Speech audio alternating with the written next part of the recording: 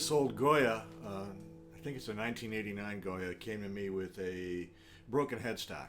So as opposed to a lot of instruments that come in the shop, I had no idea what this guitar would sound like until Humpty Dumpty was put back together again.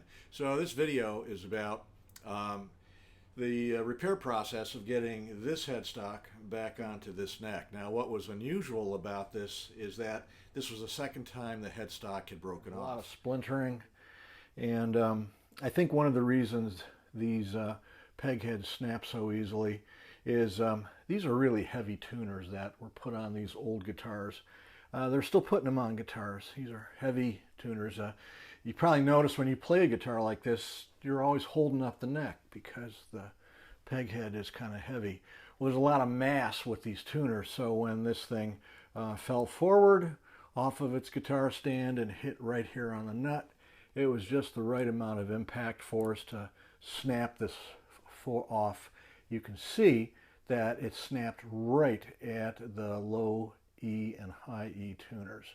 So anyway, onward to the challenge of putting its head back on and repairing Humpty Dumpty and putting on some different tuners at the end that are far lighter and will perform far better and have less mass to cause a peg head like this to break. So let's get to work. Well, the moment of truth. I've had this peg head and neck clamped all night, and although we're not going to put string pressure on it for at least 24 hours to really let the glue dry well, it's okay at this point to take the clamps off and see what we've got.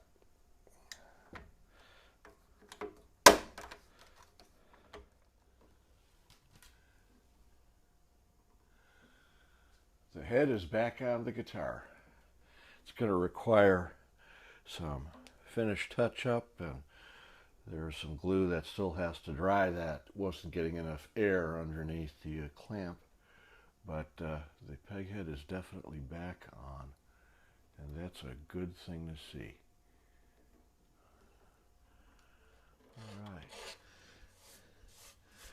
Okay, so we've got the peg head glued back to the neck, and I discovered underneath all that dark lacquer that there's a really nice rosewood faceplate on this peg head and a gorgeous, really gorgeous inlay that was sort of hidden by the lacquer that had been sprayed on this. So what I've done here is there was a very noticeable gap and fracturing where the fracture had been.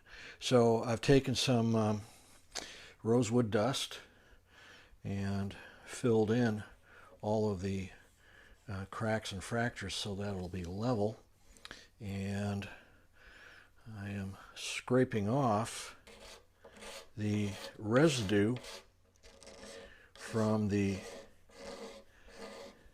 rosewood dust I put in, blending it with the surface and grain of the rosewood.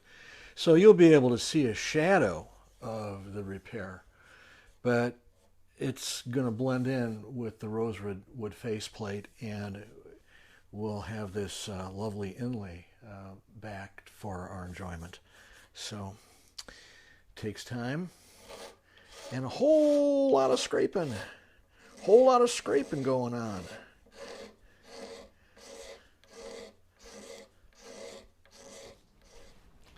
Okay, so this neck has broken the headstock off twice.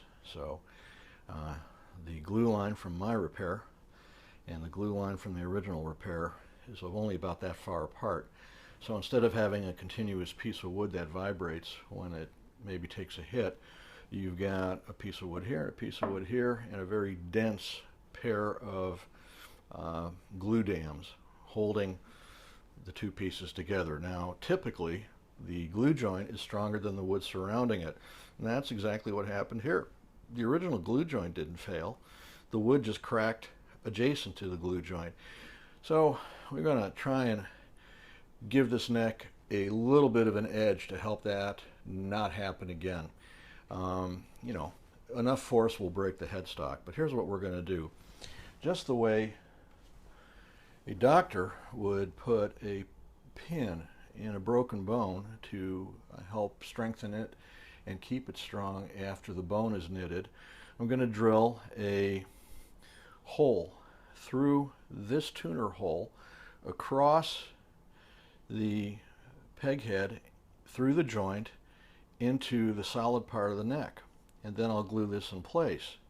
And what this is going to do is a couple of things. Just like a pin in a bone, this is going to strengthen the joint, and the other thing it's going to do is, because carbon fiber vibrates so well, it's going to help transfer energy from this part of the neck to the headstock. So hopefully that will do a good job keeping things stronger than just a basic glue joint.